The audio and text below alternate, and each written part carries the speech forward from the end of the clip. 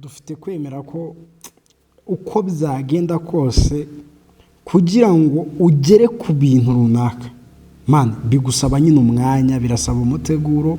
Ntabwo ikintu cyakidumbura ngo ntabwo byashoboka. Iyi Pi network ntabwo yagombaga kuza na Bitcoin ntabwo yigeze ikora nk'ibyo, kandi yari ifitwe n'abantu bake. Ntabwo yari buze rero ngo ihindure ibintu byose abantu tubone ngo Pi network yaguze miliyoni, imwe yaguze miliyoni, yagize gute.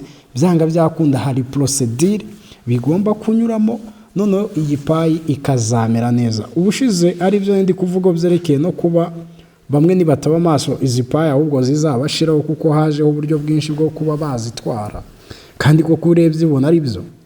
Abantu bategereje KYC yabo yabaye pending igihe kirekire, ariko kugira aka kanya bamwe batangiye kuzihabwa.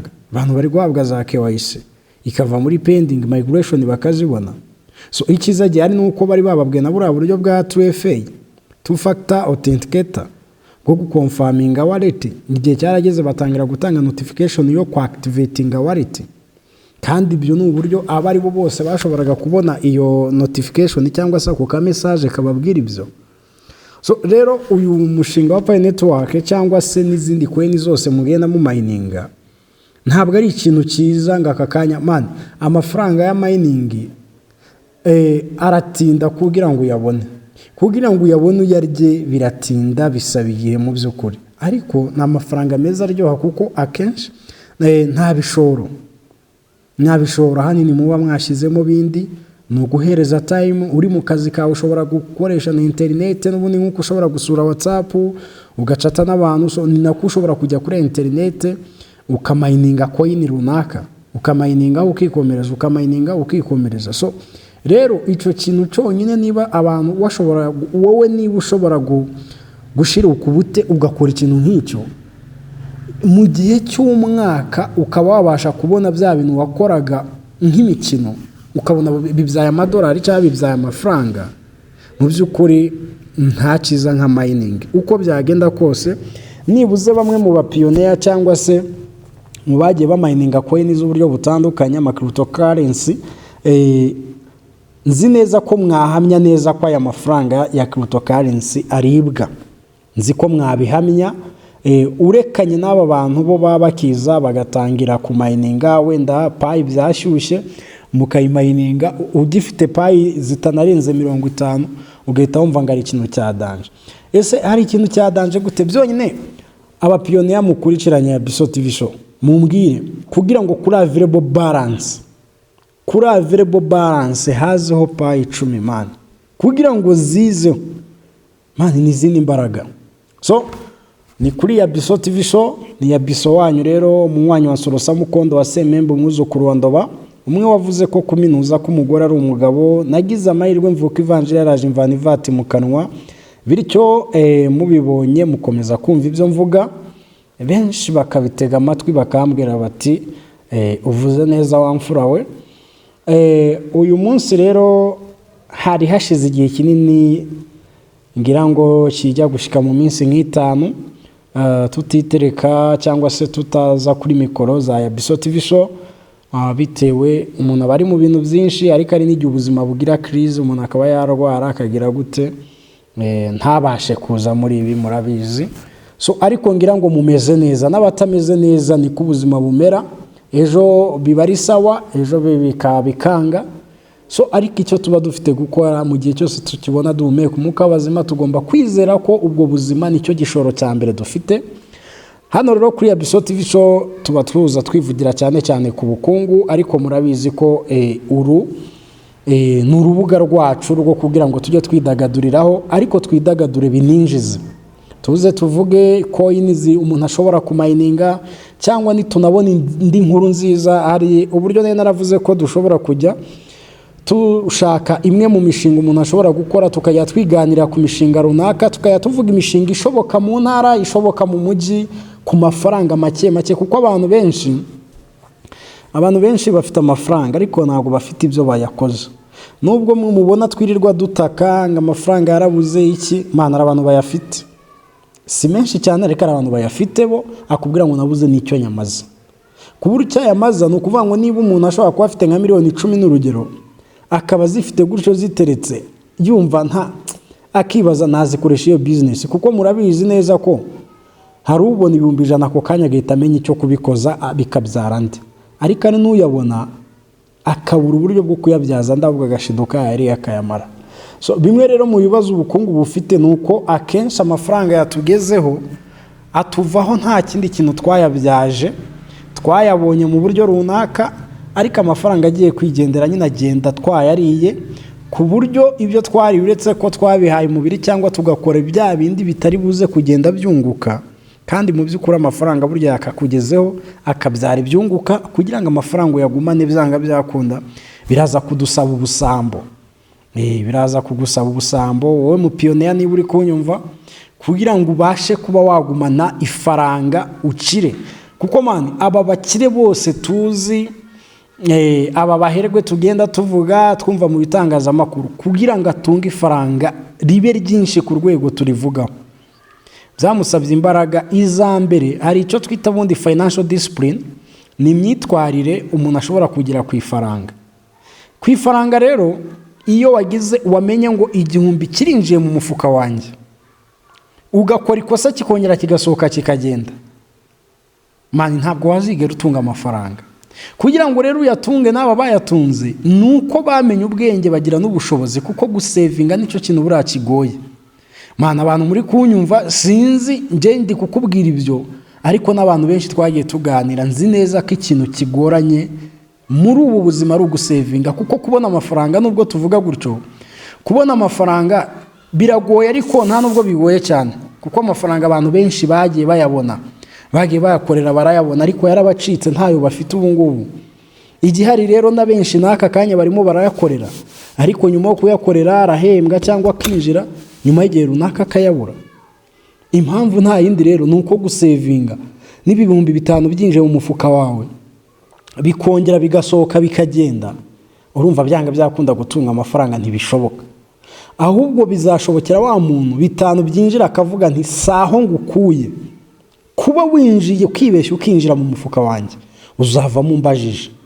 Wa muntu agafata ku mufuka wiwe akahadoda akavuga ubwo 5 byinjiye bigumemo, ejo yabona ibindi 5 agahita akata handi kuri wa mufuka gake agashiramo naho akahadoda, gutyo byanga byakunda uwo muntu atunga amafaranga. Kandi ko ibibazo byinshi dukemura tubonye amafaranga ari n'igihe biba atari iby'ingenzi, ahubwo ukaza gusanga ibibazo bidutegereje imbere nibyo by'ingenzi, noneho twanze kuyabika ngo tuzakemura ibiri imbere, ahubwo twayakemuje bya bindi twahuriranyemo nabyo mu by'ukuri bitanakenewe. Abenshi mubona amafaranga ukumva ngo wahita ugurira inshuti yawe icupa, ukumva ngo wahita ugira gute. Mu by'ukuri mu bibazo ufite harimo ibyo kugurira inshuti yawe icupa, nyamara ejo iyo nshuti yawe uri kugurira icupa nirwara iri mu bitaro irembye ikakubwira ngo nguriza 100,000, uzabibura kandi wenda mwaranabimwereye. Nubibura nta nubwo izemera ko wabibuze, kuko izavuga iti umuntu wasengera inoti 100,000 ntabwo yaburi kunguriza 50,000. Ariko mu by'ukuri nubimubwira nibigenda gutyo ntabwo ntuzayabona, uzayakurahe kandi muyanywera. Beta rero cyangwa se ikiza gihari nuko amafaranga niba ugize amahirwe ukayabona yinjira iwawe, kora uko ushoboye uyafungirane, agume mu ntoki zawe, agume mu mufuka wawe, agume kuri konti yawe. Nibinaba ngombwa ko ayo mafaranga agomba gusohoka, hasohoke duke mu byinjiye, kuko muzabisanga neza mu bimwe mu bintu bituma tutaba bakire, tutaba baherwe, uzasanga nuko ibisohoka biruta ibyinjiye. Turakoresha bije, donc amafaranga menshi kuruta ayo twebwe dufite cyangwa ayo twinjije. Rimwe na rimwe tukajya mu madeni, ugahora mu madeni. Ya madeni uhoramo ntashobora gutuma rero wowe ugira ibyawe, ntibishoboka, kuko birajya bigusaba gufata ideni kugira ngo rimwe wari ufite uryishyure. So rero nk'abapiyoniya rero mwige nako kantu, kuko ifaranga ushobora kuzazana ukarimayininga ukaricukura, ariko mu by'ukuri kuribika byakunanira n'ubundi bikarangira byigendeye gute, bigenze nabi. So rero ku bantu batarabona KYC zikiri pending, ibyo nagiye mbivuga mu biganiro byagiye bitambuka, muri kubona notification bakakubwira gukora KYC, bakakujyana gukora liveness. Twagiye tubabwira kenshi ko mu gihe ubonye notification, niba nta makuru bifiteho, gerageza tuba twashizeho nimero zacu, gerageza utubaze, wenda nutubura ugerageza izanzira kuko ushobora no kuduhamagara nutubona. Ariko at least gerageza ubu ufite nk'abantu banga ushobora kubaza ku makuru y'umushinga nawe urimo. So abo ba KYC bo bizakemuka kuko abenshi barambaza bati biracyari pending, step ya 8 n'iya 9 ntiziraba completed. So ibyo rero niko wa team n'ubundi bizabikemura, kuko ko wa team yo igomba kugireba, kuko ari igihe bagwaye mu validator nta ku validating neza. Mwagiye mubona ko bagiye bashiraho nayo warangije step zose zuko ushobora bakubwira ngo uhitemo kuba umuvalidator. So rero ku validating ni nko kwemeza, bakavuga nti ibintu byujuje bisabwa tubigire validated, byujuje bisabwa, donc kugira ngo nawe uhabwa ko gaciro ko kuba ibyawe byemewe. Nukuvuga bari aba validator nta kindi bakora, ntawe ukoze KYC bahita bafata ibyangombwa byose wakoresheje uri gukora KYC bakabimusendinga, bakababwira ngo validating uyu muntu reba ko yujuje ibisabwa, nurangiza umwemeze uvuge nti sava. Abenshi rero bagiye batuvalidating, hari n'igihe nabo ari abapiyoniya, ni bamwe mu bapiyoniya. Rero nk'ibisanzwe nta hantu hataba error cyangwa se kuba waskyping umuntu ushobora kumusimbuka. Hari igihe wowe igihe cyose wakoreye bora zawe, hari igihe bagusimbutse kuri liste wari uriho, ariko ntibivuze ko igihe kitazagera ukabona KYC. Ahubwo byakubabaza cyane ubaye utamininga. We mininga kuko igihe cyose bizakorera bora zawe uzaba zifite, maze unanaziryo umeze neza. N'abantu rero ubwo ba migration n'ubwo buryo n'ibyo bintu ushobora kubasubiza ntimugire ikibazo, as long as cyangwa se igihe cyose wowe ugifite umwirondoro muzima muri Pi account yawe, nta kibazo na kimwe ugomba kugira, nta mpungenge na zimwe. Ejo bundi mwabonye update bavuga ko migration igiye kugikorwa mu buryo runaka. Bari bavuze ubwa mbere migration ya mbere yarabaye, abantu benshi mwagiye mubona migration. Iya kabiri hari uburyo bwo kujya bakora migration bagatanga na bonus kuri ba bantu mufite abantu mwinjije bakabinjiriraho, n'abantu mwagiye mukora ama security cycle. Ibyo rero izo bonus zirajya ziza, noneho ubone migration n'izo bonus zigize gute ziriho. Bivuze ngo ni bya bihembo ku bantu babigize gute babigene, kuko si buri wese uzabibona. Mbabwiye impamvu bamwe bazabona bonus bafite security cycle imeze neza, binjije abantu benshi babinjiriyeho.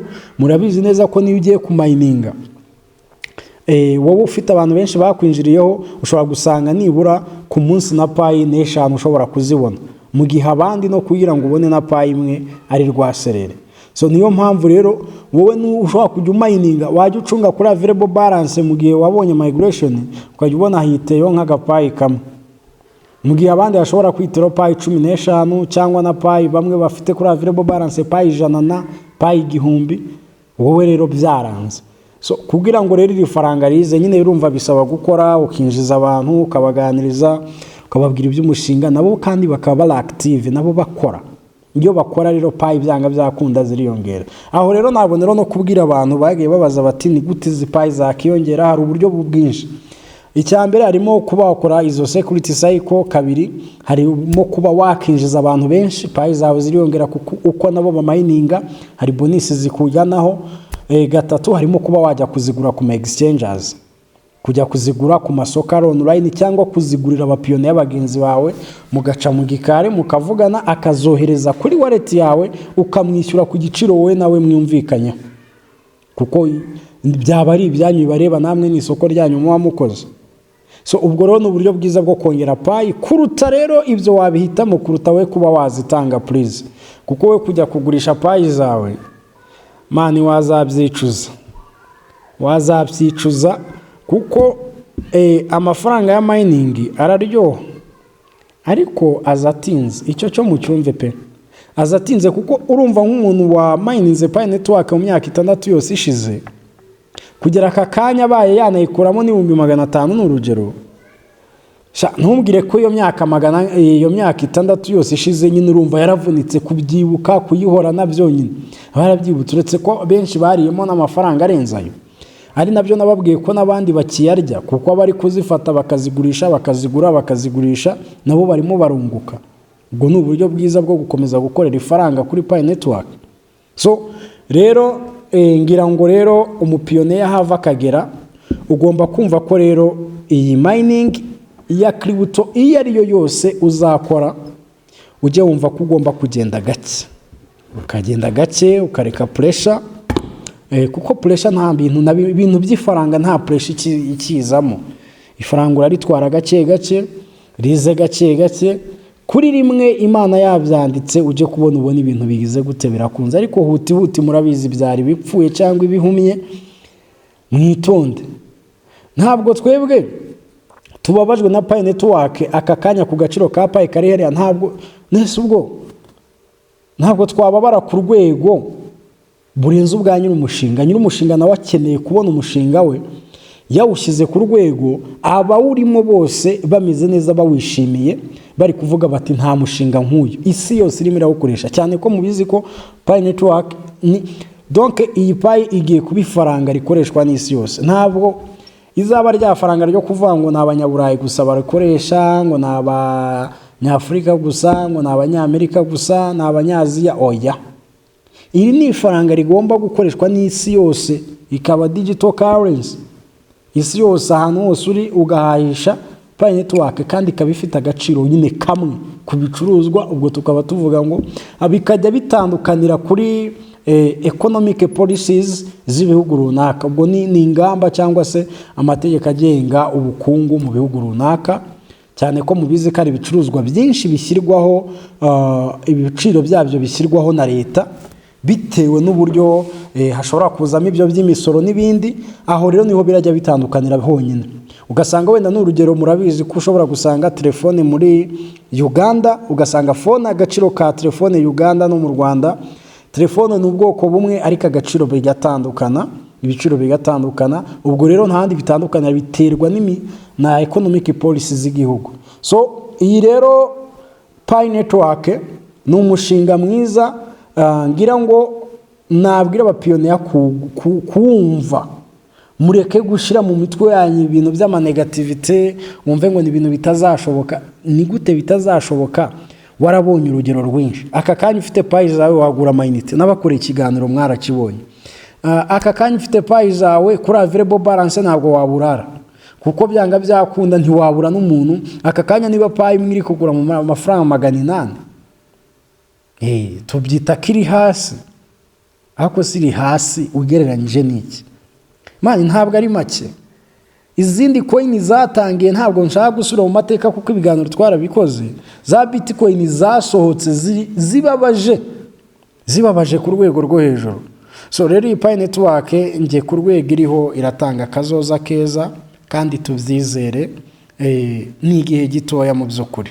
So rero abakunzi ba Biso TV show bambasaba gukora subscribe niba utarayikora ugomba kuyikora kugira ngo ibiganiro byacu komeze kubyumvira ku gihe wibuke gusiga share gusiga comment unakore share kuri ba bantu ubona ko ikiganiro kigomba kugira umumaro ba bantu bawe ntukabona amakuru meza rero ngo yabime kandi ubafashe ubaganirize ku mushinga wa Pi ubinjize cyane ko nawe urajya ugenda ubona utwo tubonisi nta giciro cy'amafaranga yandi kwinjiramo bisaba ntayo ni ukudownloading application ya Pi Network na Pi browser ugakoresha ibyo gusa.